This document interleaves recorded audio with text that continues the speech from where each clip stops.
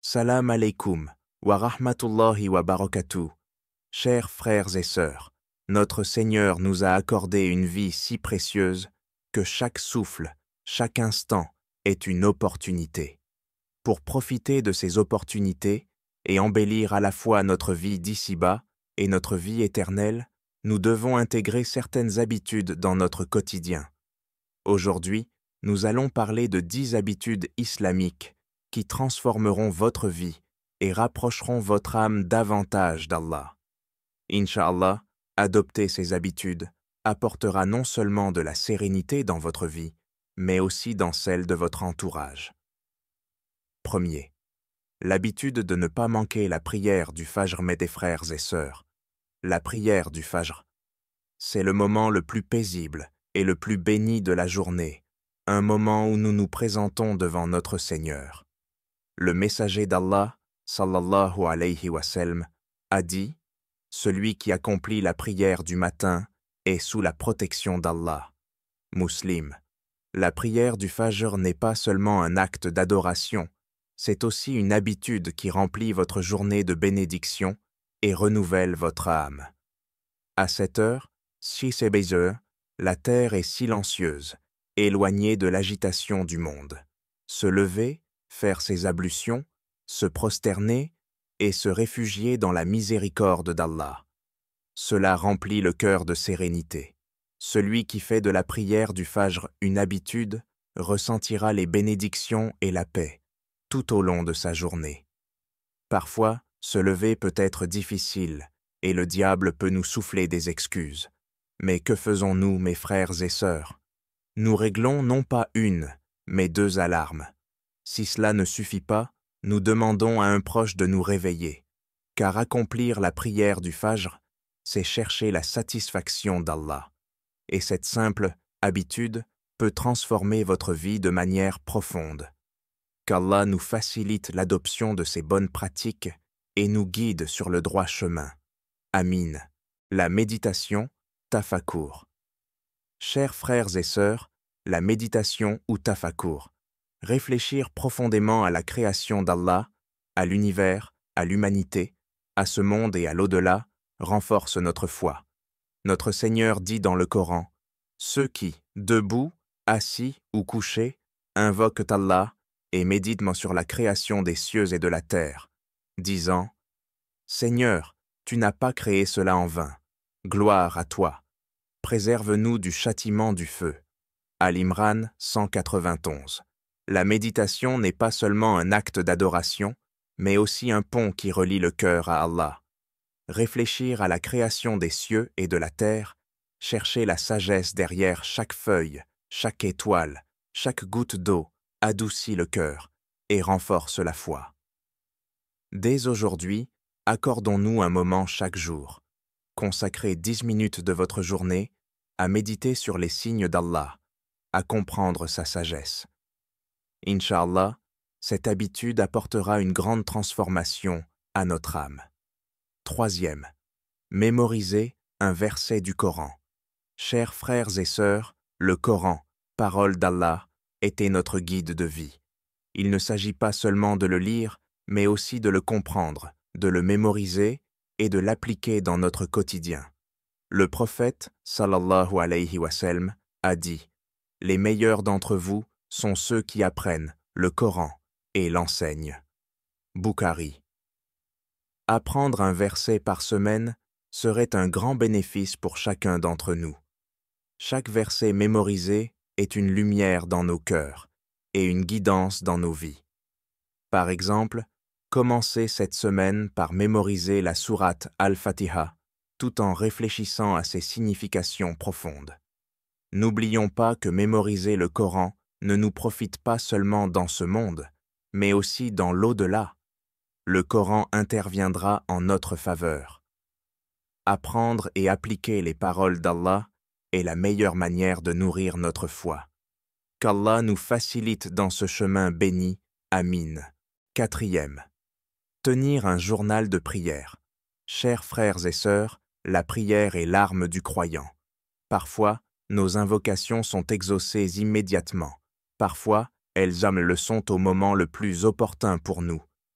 Que diriez-vous de tenir un journal de prière pour ne pas oublier nos demandes et pour observer comment notre Seigneur y répond?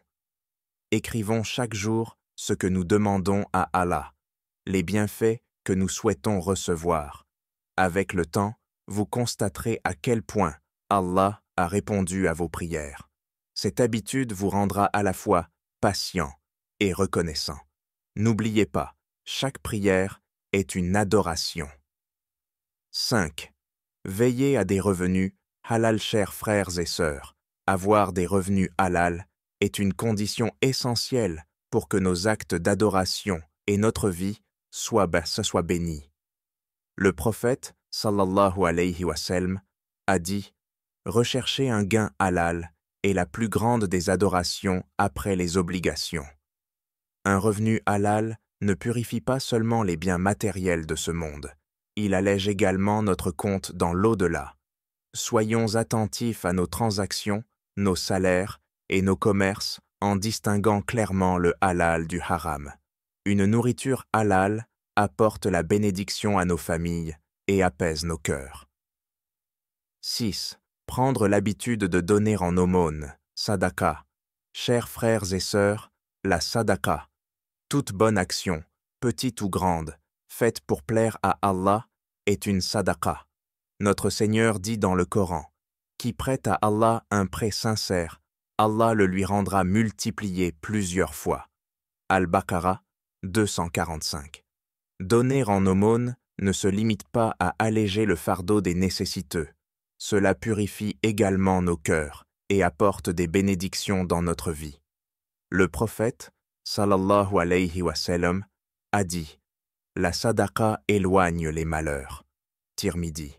À partir d'aujourd'hui, fixons-nous l'objectif de donner une sadaqa quotidiennement ou hebdomadairement. Cela peut être le prix d'un pain ou un petit soutien pour illuminer le visage d'un orphelin. N'oublions pas, rien de ce qui est donné pour la satisfaction d'Allah ne sera perdu. Au contraire, Allah le multipliera et nous le rendra au-delà de nos espérances. Qu'Allah facilite nos actions et nous compte parmi ceux qui tirent profit de ces nobles pratiques. Amin. 7. Consacrer du temps à ses parents, chers frères et sœurs, les parents. Ces deux grandes bénédictions qui ouvrent la porte du paradis. Notre Seigneur dit dans le Coran, « Ton Seigneur a ordonné de n'adorer que lui et de bien traiter tes parents. » Al-Isra 23. Consacrer du temps à ses parents, leur apporter de la joie, recevoir leur bénédiction, est l'un des plus grands devoirs d'un croyant. Malheureusement, pris par les préoccupations de ce monde, nous oublions parfois leur importance. Pourtant, un simple « qu'Allah soit satisfait de toi » de leur part apporte bénédiction et sérénité dans nos vies. Prenons une initiative dès aujourd'hui. Passons un coup de téléphone à nos parents. Adressons-leur des paroles douces qui réchauffent leur cœur.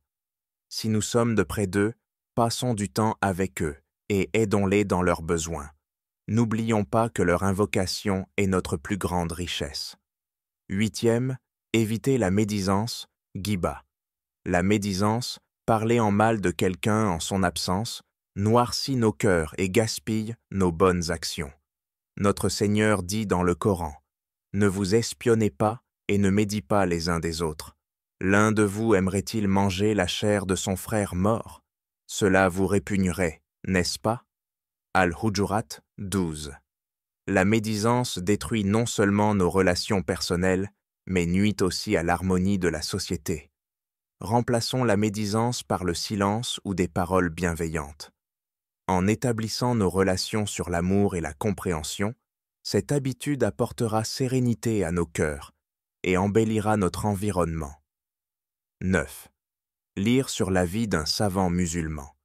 Dans l'histoire de l'islam, il existe tant de savants et de figures inspirantes à découvrir. Leur vie nous renforce dans notre foi et nous éclaire sur notre chemin. Notre Seigneur dit « Ceux qui savent sont-ils égaux à ceux qui ne savent pas ?» Az-Zumar 9. L'équité de Omar ibn al-Khattab, la sagesse de Aïcha, qu'Allah les agrée, ou encore la profondeur des écrits d'Imam al-Ghazali. Lire sur ces grandes figures nous enseignent des leçons tirées de leurs épreuves et éclairent notre propre chemin.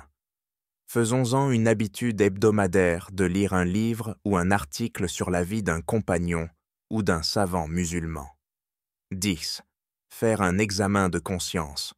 Notre Seigneur dit dans le Coran, « Ô vous qui avez cru, craignez Allah et que chaque âme examine ce qu'elle a préparé pour demain. » Al-Hashr 18.